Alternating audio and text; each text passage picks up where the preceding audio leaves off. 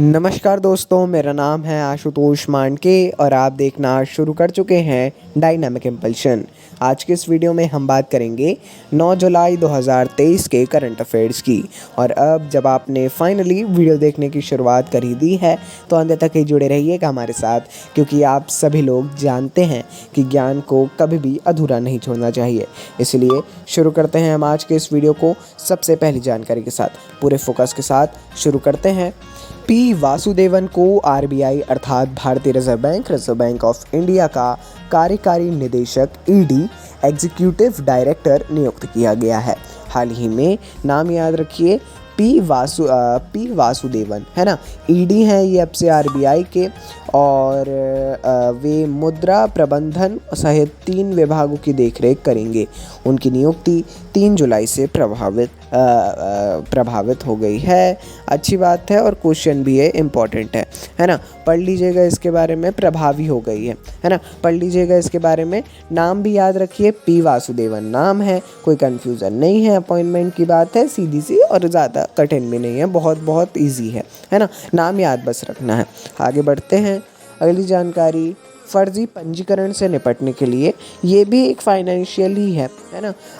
आप सभी लोग जानते हैं कि जीएसटी में जो फेक लाइसेंस हैं, फेक रजिस्ट्रेशन है, इनसे निपटने और वस्तु एवं सेवा कर जीएसटी प्रणाली की अखंडता को बढ़ाने में प्रयासों में जो है जीएसटी परिषद नए उपायों पर विचार कर रही है। जो जीएसटी काउंसिल है ये अब से नए उपायों पर विचार कर रही है। इनमें पैन लिंक्ड बैंक खाता जमा करने की समय अवधि को कम करना, उच्च जोखिम आवेदकों के लिए अनिवार्य भौतिक सत्यापन शुरू करना, सत्यापन के दौरान आवेदक की उपस्थिति के संबंध में जीएसटी नियमों के संशोधन करना और स्वामित्व संबंधी चिंताओं के लिए पैन और आधार को जोड़ना शामिल है। अच्छी बात है ये, मतलब इतने सारे वेरिफिकेशन हो जाएंगे जिससे जो है ये फेक रजिस्ट्रेशन वाली बात ही नहीं आएगी। काफ़ी समय से ये समस्या लगातार बनी हुई है। अब जीएसटी काउंसिल भी इस पे ध्यान दे रहा है और देना भी चाहिए। देखते हैं क्या होता है।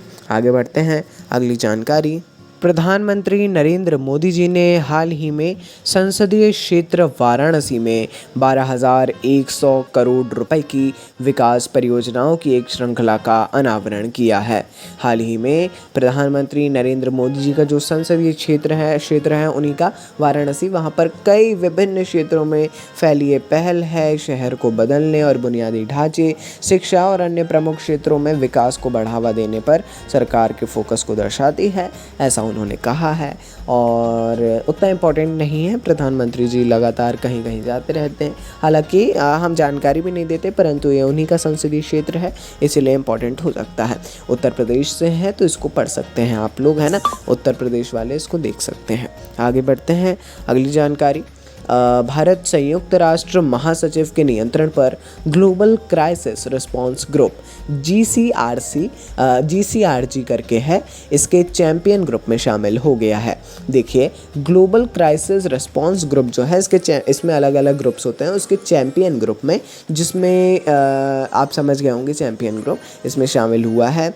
ये जो ग्लोबल क्राइसिस रिस्पांस ग्रुप है, इसकी स्थापना मार्च 2022 में खाद्य सुरक्षा, ऊर्जा और वित्त में तत्काल वैश्विक मुद्दों को संशोधित करने और वैश्विक प्रतिक्रिया के समन्वय के लिए की गई थी। अच्छी बात है, क्वेश्चन भी है, इंपॉर्टेंट है। आप लोग इसके बारे में पढ़ सकते हैं यदि पढ़ना चाहें तो, बहुत इंपॉर्टेंट है। मतलब देखिए, SG20 ये भी उसी टाइप से है ना। पढ़ लीजिएगा, इंपॉर्टेंट। आगे बढ़ते हैं। ताइवान ने इस बार भारत में अपना तीसरा प्रतिनिधि कार्यालय मुंबई में खोलने के फैसले की घोषणा की है। यह कदम एक दशक से अधिक समय के बाद आया है, जब ताइवान ने आखिरी बार देश में अपनी उपस्थिति का विस्तार किया था।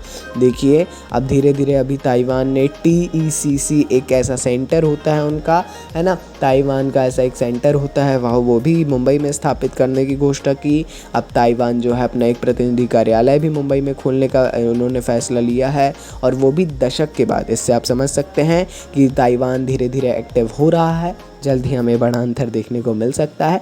और भारत और ताइवान के संबंधों में काफ़ी सुधार हुआ है, पहले भी सुधार था और अब काफ़ी सुधार होगा। आगे बढ़ते हैं।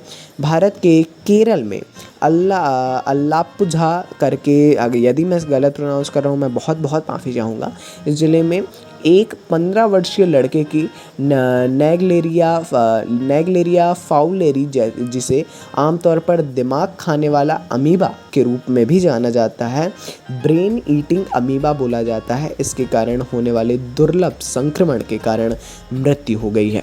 देखिए, ये एक रेयर डिसीज़ होता है, जैसा हमने बताया ब्रेन ईटिंग अमीबा जो है ना, इसको नेग्लेरिया फाउलेरी बोला जाता है। ये 15 वर्षीय लड़के के उसमें इसको पाया गया है।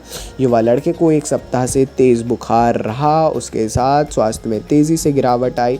ऐसा माना जाता है कि पास की जलधारा में नहाते समय ये जो अमीबा है ये लड़का उसकी चपेट में आ गया, जो संभवतः संक्रमण का स्रोत है। देखिए, मैं बताता हूँ, देखिए आप सभी लोग ध्यान रखिए अपने आसपास ही। अब तो इतने सारे डिसीज़ेज़ हैं, फिर भी अपन अपनी तरफ से थोड़ा सा रखें, है ना, या ध्यान रखिएगा। अब से मैं आप सभी को यही सलाह दूंगा कि थोड़ा सा इससे बच कर रहिए। और ब्रेन वगैरह ये सारी चीज़ें कोई छोटी नहीं होती हैं, आप सभी लोग जानते हैं। बाकी इस पे हम कोई भी कमेंट नहीं करेंगे, बस प्लीज़ इसको ध्यान रखिए। आगे बढ़ते हैं। गुजरात राज्य सरकार ने प्रधानमंत्री जन आरोग्य योजना के तहत बीमा कवर को दोगुना करके अपने नागरिकों के लिए स्वास्थ्य देखभाल पहुंच में सुधार की दिशा में एक महत्वपूर्ण कदम उठाया है। देखिए, प्रधानमंत्री जन आरोग्य योजना आप सभी लोग जानते हैं, इसमें एक बीमा कवर होता है ना, ये जो कि 10 लाख रुपए का कवरेज होता है ना, जो पूरे भारत में जो 10 लाख का होता है। लेकिन गुजरात राज्य सरकार ने अपने नागरिकों की देखभाल में पहुंच सुधार की दिशा में एक निर्णय लिया है। गुजरात में प्रधानमंत्री जन आरोग्य योजना के लाभार्थियों को अब 10 लाख रुपए का बीमा कवर मिलेगा। मतलब पिछले 5 लाख रुपए के कवरेज से 2 गुना होगा, और मतलब डबल इसका देने वाली है अब से गुजरात सरकार, ऐसी उन्होंने घोषणा कर दी है। अच्छी बात है। और मतलब उन्होंने जैसा भी विचार किया होगा अच्छी बात है। और इसमें केंद्र सरकार तो 5 लाख, मतलब जैसा जो भी रहता होगा केंद्र सरकार के द्वारा नहीं है, पूरा राज्य सरकार के द्वारा जो अन्य 5 लाख रुपए हैं वो राज्य सरकार के द्वारा ही किए जाएंगे। तो चलिए दोस्तों, यदि आज के इस वीडियो की अंतिम जानकारी कोई भी कन्फ्यूज़न हो, हम तो सदैव उपलब्ध हैं ही। साथ ही साथ आपके पास एक और डिवाइस भी उपलब्ध है जिसका नाम है मोबाइल, सभी लोग जानते हैं स्मार्टफ़ोन। उसमें भी आप लगातार वीडियो भी देख रहे हैं, और अच्छी बात है, करना भी चाहिए, सही इस्तेमाल करिए। बाकी अपन मिलते हैं ऐसी जानकारियों के साथ अगले वीडियो में। नमस्कार। Dynamic impulsion.